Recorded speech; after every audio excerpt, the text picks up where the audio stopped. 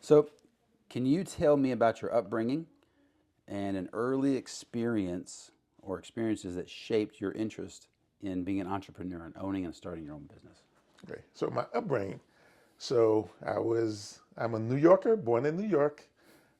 Went through, um, um, let me see, how can I put this? So, big family. There's seven of us. Ooh, Parents live in Brooklyn.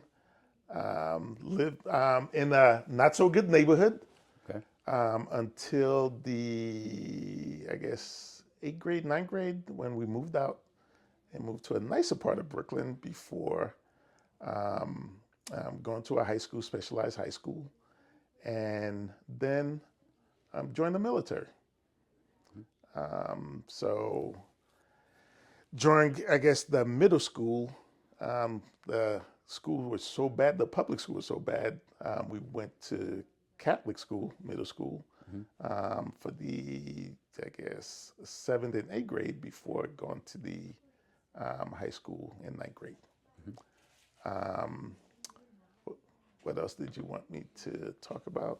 So that, yep, your upbringing, early experiences. Is there anything there that shaped your interest in wanting to be an entrepreneur? So, to be honest, never had any thought of being entrepreneur when I was young. At one time, I had the architecture, wanted to be an architect. Hmm. Then in high school, wanted to be an engineer. Okay.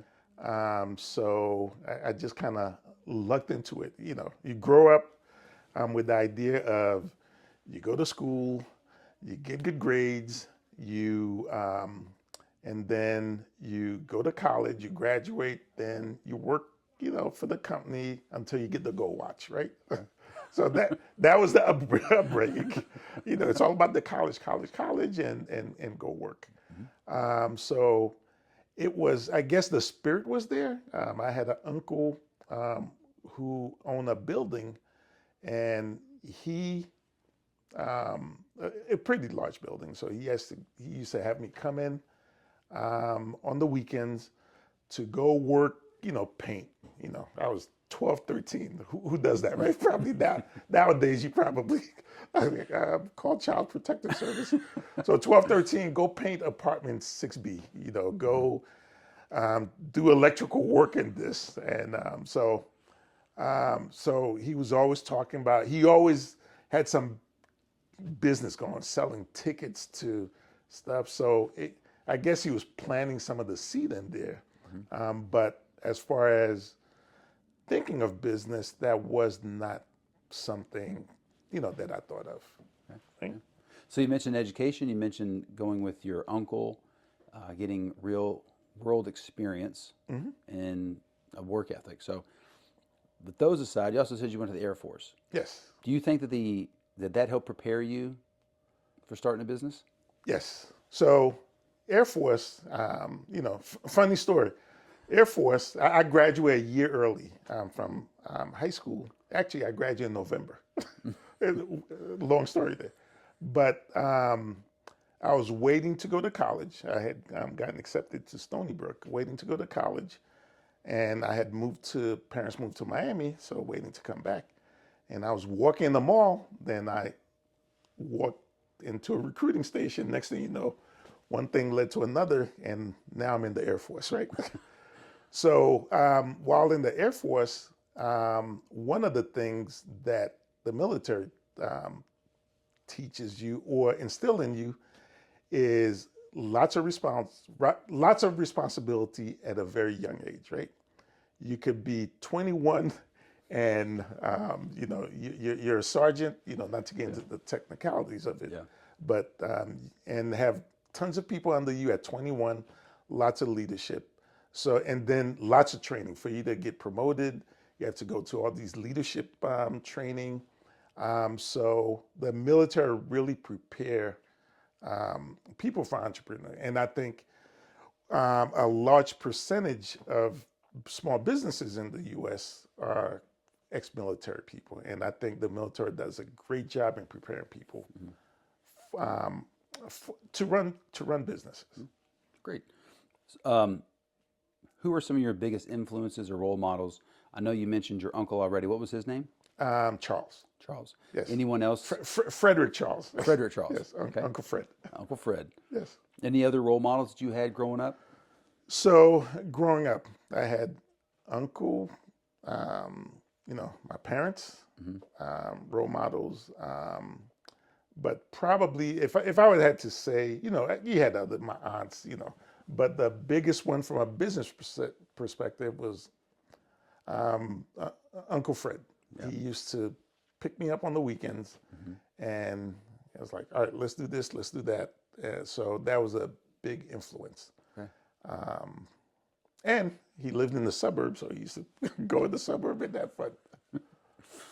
All right, so we've gotten your early role models, your education, training, life lessons up to now. When did you what was your first business idea you pursued? What sparked it? So after I got so I always had little things, selling. Well, I don't even want to call it business, but selling candy so you could get these baseball gloves and when you were younger. But I think my first real taste of business was it's going to sound terrible, but I'll say it. So during college, Hurricane Andrew at the time, that was the biggest, most destructive hurricane that hit South Florida, and I was in South Florida. And a friend of mine, we decided we could go sell T-shirts. I survived Hurricane Andrew. So the following day, we found a shop that printed it, and we bought 200 T-shirts. And we're on the beaches selling I survived Hurricane Andrew T-shirt. And it was just selling. We're like, oh my gosh, this is awesome. And then afterward, we started selling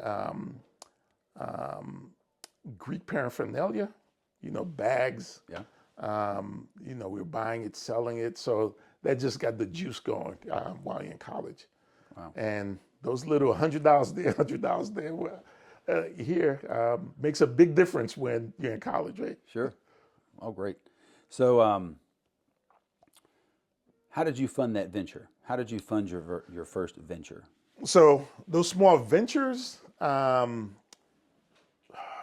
they weren't that much. So the T-shirt, for example, we actually bought it on credit. This guy knew it was coming, and he just created all this. So we went in there, and I think we gave him $100, and he gave us more. It was kind of buying it on credit, and then we went about selling it. But at that time, it was nothing big. We probably made, I don't know, $1,500 from that, but we initially invested about $100. Okay. And every time we made more money, we made money, profit, we went back and got more T-shirt until we had probably about $1,800 Wow. between the two of us. Yeah. So now it was a lot of money. It is a lot of money. Yeah. So your current business now. Okay. Same question before but now for the business you make your living on now. Okay. So the business that I'm on now, I guess I have to give you some backstories. Please. So I was a consultant. So after graduation, I worked for the government for a little bit. Then I left, joined the for us older folks with gray hair, but during the dot-com boom, the people who were working, I was a manager, people who were graduating on me some of them were making more money. And I was a federal employee, a manager. So I said, you know what? So I left for industry. So one thing led to another, started working for Oracle Corporation, and I was traveling all over the world. And one of the places that I went to was at NIH in Bethesda, Maryland. And I was there for about 8 months. And then some political things at Oracle, so I had to leave because Oracle Federal, I was in a different part of Oracle, so Oracle Federal wanted to staff it. So I left, and then the CIO of National Cancer Institute at NIH, National Institute of Health, by the way, NIH, said, "Hey, Gerald," he called me up. "Gerald, we need your, we need your services. What will it take to get you back?" And he wanted to hire me first as a federal employee. I said, "No, I don't want to go back to a federal employee." Then he said, "Well, you could be a subcontractor for one of the other companies." I said, "No." Then I said, "Well, I want to come as my own business." He said, "Whatever you want." And that's how it got started. At first, it was a one-man shop, and so I know the next question: how did you finance it? The beauty about this one, I did not have to finance anything Wow. because I came in, and as soon as the end of the invoice, I was getting paid. So slowly starting to build the business from that perspective. Can you tell me about your business? What do you do?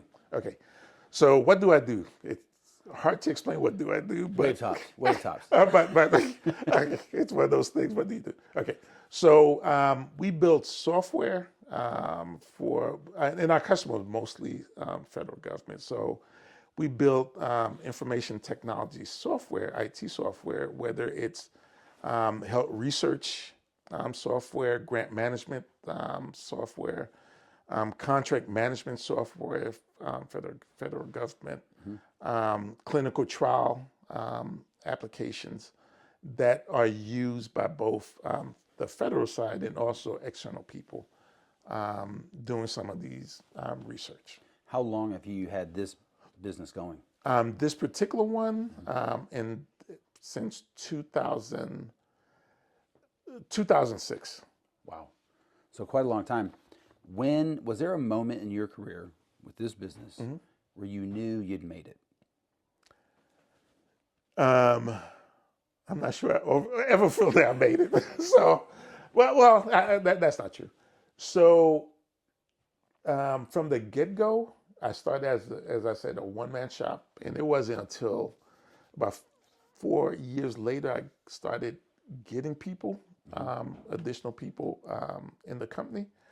So it was just going along, a one-man shop, then started getting people, and probably 2012, 2013, that's when I got a decent contract with, I think, bringing in 6 people. I'm like, wow. And when I saw that first check, it was like, oh my gosh. Wonderful. Yeah. All right. So, how would you describe your approach to leadership and decision making in uncertain situations? In uncertain situations, I think coming back to the military, one thing when you're in the military, they train you how to be calm under tough situations, right?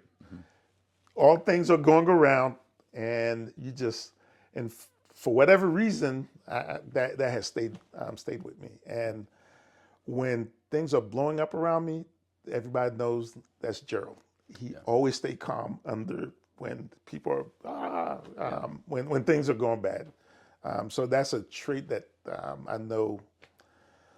know people say, "Gerald, you're calm for why are you always calm?" It's like, well, there are worse things in the world than what's happening now, right?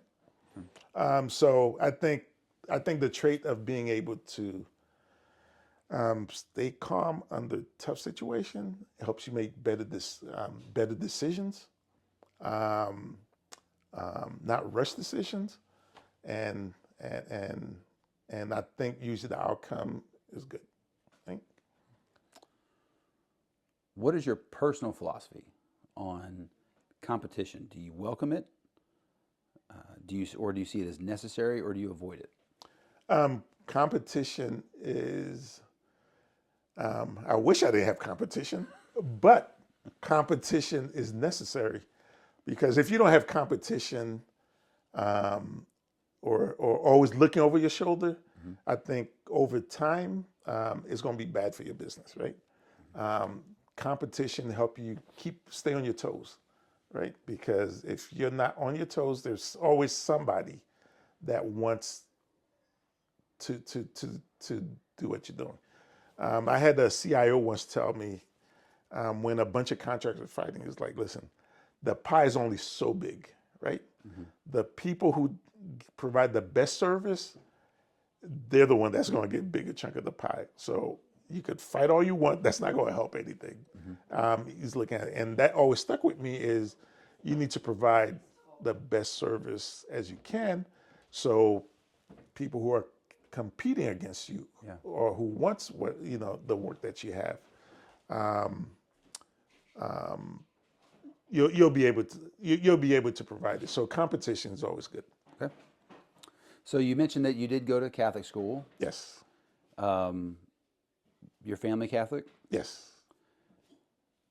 How has your faith, moral conviction, or personal worldview, because you are a descendant of immigrants, you're Haitian descent, correct? Yes, of Haitian descent. Yep. How has that influenced how you run your business? I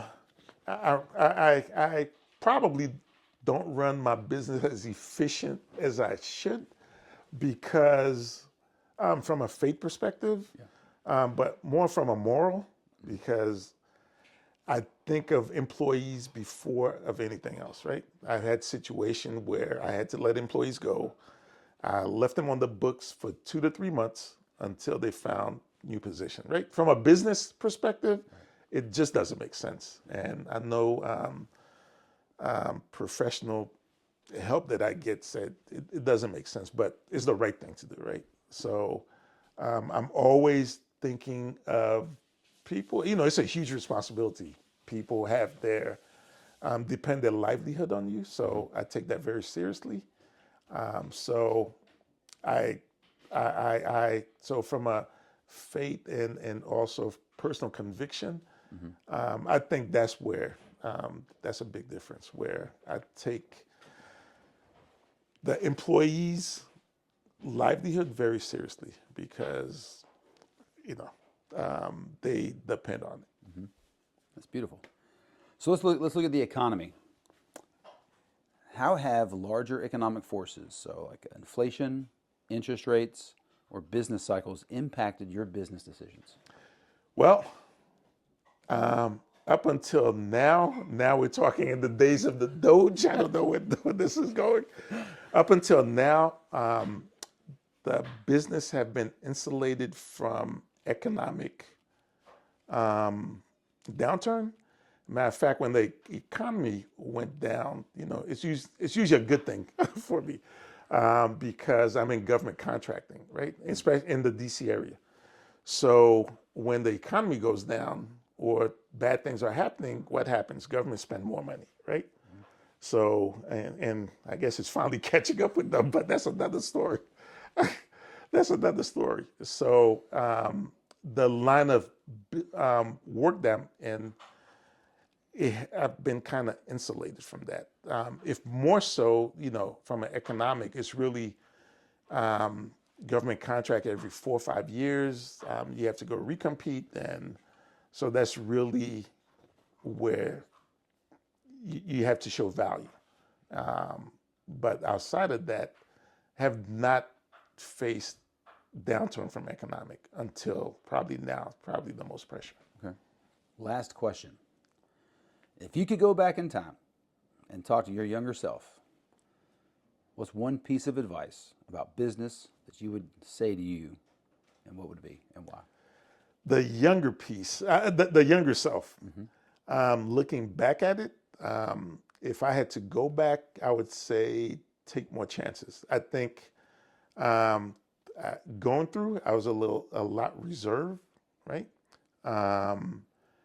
I wanted that life balance, so I was doing a lot of things myself when I should have contracted certain things out, like accounting, personnel.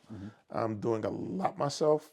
I think growth would have been much better, much faster. But then again, I enjoy having control and giving away less control, and trusting people to get some of the work done. When you're a business owner, it's all about your reputation and the product and services that you provide, right? And sometimes people it's hard to find people that will give that same level of service that you will. So sometimes you give the work, and you're not getting that same level of work. And so you go back and fix it. So if I had to go back, it's learn how to say, all right, maybe 80% is good enough, instead of that, 100%. I think there would have been more growth there, right? So hopefully I answered that question. You did. Mr. Gerald, again, thank you so much for your time. Thank you for what you do for our country. Thank you for your service. It's been wonderful chatting with you, and we look forward to seeing you again. Thank you so much. All right. Thank you for inviting me. It was a pleasure talking to you. Hopefully, this will help with your project, and I'm looking to hopefully hire you in the future Thanks. Thank you. to be one of those consultants. Thank you, Gerald. All right. Thanks.